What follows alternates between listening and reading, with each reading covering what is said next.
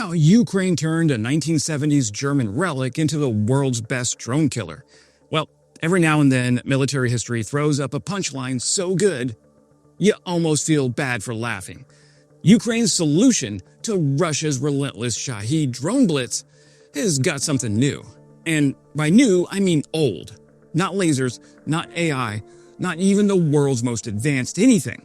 Instead, a 1970s West German self-propelled gun with 2 angry autocannons and a work ethic forged in the Cold War. Meet the Gepard, now the MVP of Ukraine's drone defense. So how did a German gun on wheels become the gold standard for swatting Iranian drones out of the sky?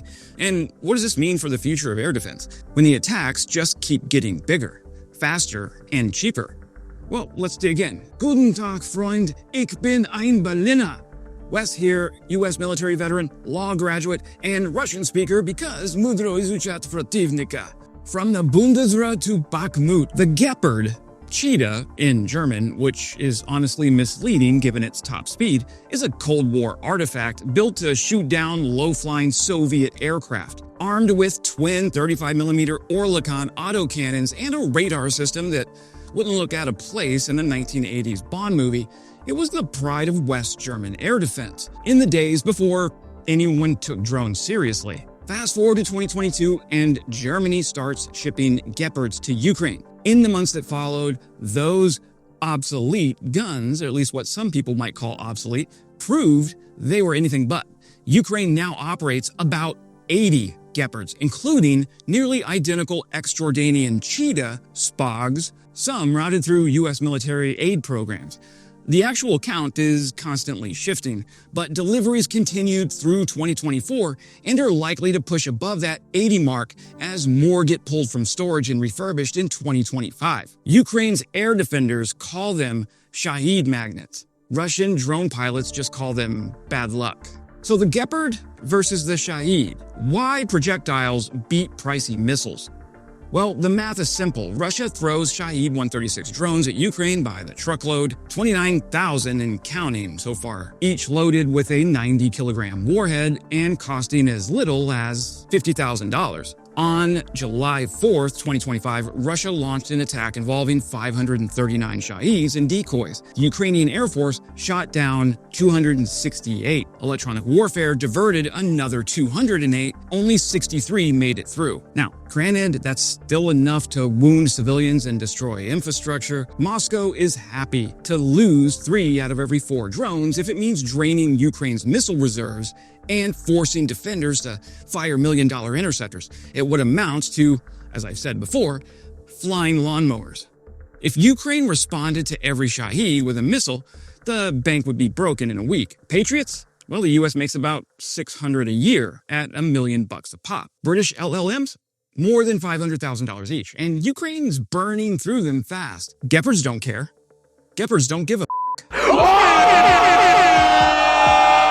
Each one fires a $4 to $7 shell, unleashing a wall of lead that can shred drones for pennies on the missile dollar. As a Ukrainian developer known as Alchemist put it, quote, automated 35mm gun systems produce dense projectile clouds, end quote. One well-armed burst from a Gepard can take out multiple Shaheds in a single sweep. Sometimes it's just better to throw a bunch of lead up in the air and see what it hits. Now, before we dive deeper, I want to thank today's sponsor, Saily. If you travel, deploy, or bounce between time zones as often as I do, you know the pain of unreliable mobile data. Saily is the travel eSIM app that gives you instant data anywhere you land.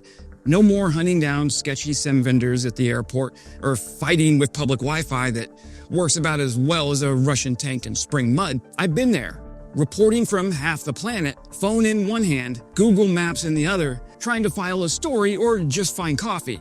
Having affordable, secure data on my phone has saved me more times than I can count. Saily works in over 200 destinations, so whether you're a journalist, a volunteer, or just need directions to the nearest borscht, you're covered. The best part? You install the eSIM once, no more physical SIM swaps. It's fast, it's secure, and their plans are actually reasonable. unlike the roaming fees that'll eat your lunch. Saley even blocks malicious ads and helps protect your privacy online, something frontline troops and, let's be honest, pretty much anyone should care about. And right now, you get an exclusive 15% discount on Saley data plans. Just use code WES at checkout. Download the Saley app or head to saley.com/WES to get started. You'll thank me next time you're far from home and you need that crucial connection. Thank you, Saley, for keeping this channel healthy. Back to the story. So, can Ukraine get more Gepards? Well, the numbers matter because every Gepard is a difference maker. As of mid-2025, Ukraine has, as I said, 80 Gepards in service, with deliveries continuing as more become available from German and now U.S. stocks. The U.S. and Germany have both signaled more are on the way, and Ukraine's defense ministry is in talks for additional transfers. Expect the number to grow as partners scour warehouses for any tracked vehicles that can still move and shoot. But it's not just about the vehicles, it's the ammo. The main limiting factor is the supply of those 35mm rounds. Germany exhausted its Cold War era stockpiles in 2023, prompting a $181 million contract with Rheinmetall to churn out another 300,000 shells. A second contract is bringing in another 180,000 rounds. This industrial restart ensures that, for now, Ukraine's Gepards can keep firing every time one of those damned Shaheds motors over the horizon. The economics here are brutal for Russia. Shaheds were originally built to have Ukraine lose the math war by forcing Ukraine to shoot missiles. But if Ukraine shoots bullets, well, Shaheds cost more than the ammo it takes to bring it down. But less than a single missile. The only way for Ukraine to win this math war is to throw the cheapest possible ordnance at the cheapest possible threat. And Gepards, well, Gepards are perfectly positioned to do that all day, every day. So here's where the Gepard proves why the old ways still matter. Modern militaries have become obsessed with interceptor missiles and high-tech solutions. But nothing beats a radar-guided gun when the enemy is massing hundreds of slow-moving, lightly built targets. The Gepard's twin 35mm autocannons create a cone of shrapnel that's almost impossible for a Shahed to evade. This is no accident. The Germans designed the Gepard to track and engage fast, low-flying Soviet aircraft. Shaheds, by comparison, are slow, noisy, and fly in predictable patterns. When Russian planners throw hundreds of drones at a target, they're betting that some will sneak through after exhausting the defender's missile batteries. But the Gepard doesn't care if it shoots the first or the 400th drone of the night, as long as it has ammo and a working radar. It'll keep punching holes in the sky. Ukraine has learned the hard way that you need a wall of lead, something that can engage swarm tactics with sheer volume, not fancy electronics. Gepards, and to a lesser extent the new Skynex systems, provide that essential middle layer in Ukraine's air defense, covering the gap between long-range SAMs and close endpoint defenses. What about the Gepard versus the Skynex? Well, if the Gepard is the grizzled veteran of Ukraine's air defense force, the old lion, well past Cold War retirement age, but still biting, then the Skynex is its sleek younger cub.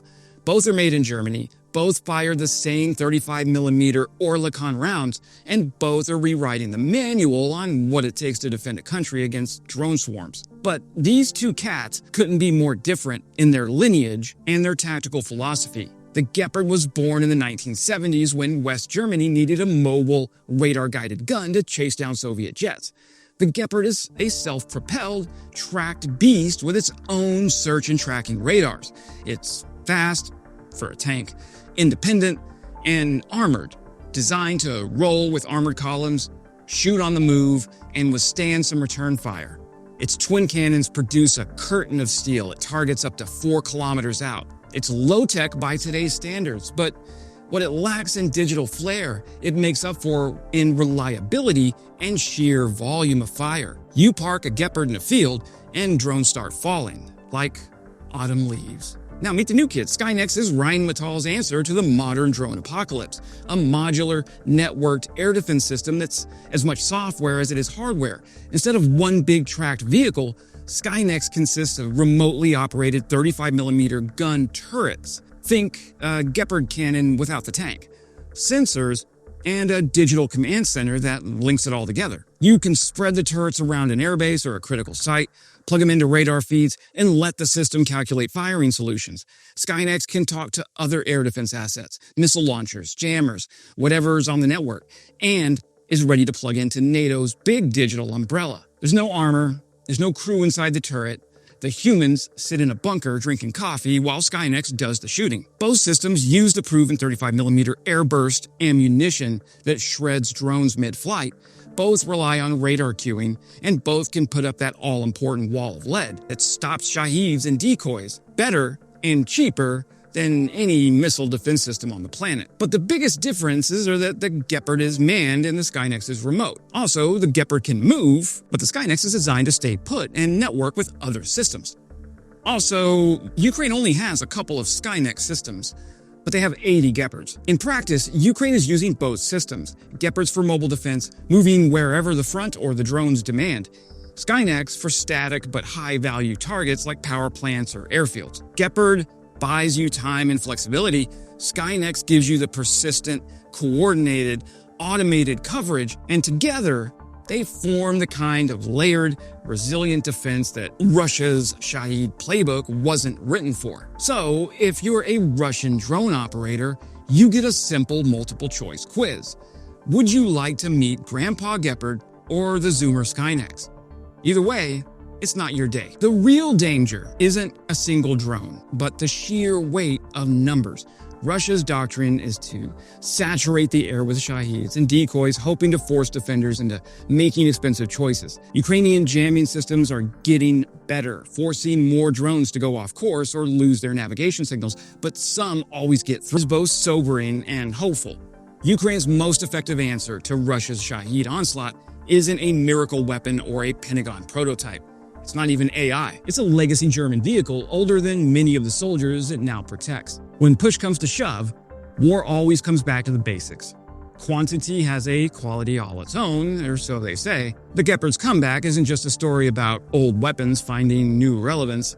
It's about adaptability, pragmatism, and the stubborn refusal to lose a fight, especially when the odds and the headlines say otherwise. As long as the Shahed waves keep coming, and as long as the West keeps sending guns and ammo, expect to see a lot more Cold War cheetahs making modern history. Stay tuned and see if you can hear a distinctive gun over Kyiv tonight. That's just another math problem being solved, one shell at a time. Okay, that's it for today, friends. Lock and load that subscribe button if you want to stay on the front line of military analysis. And as always, glory to Ukraine, glory to the heroes. Crimea is Ukraine.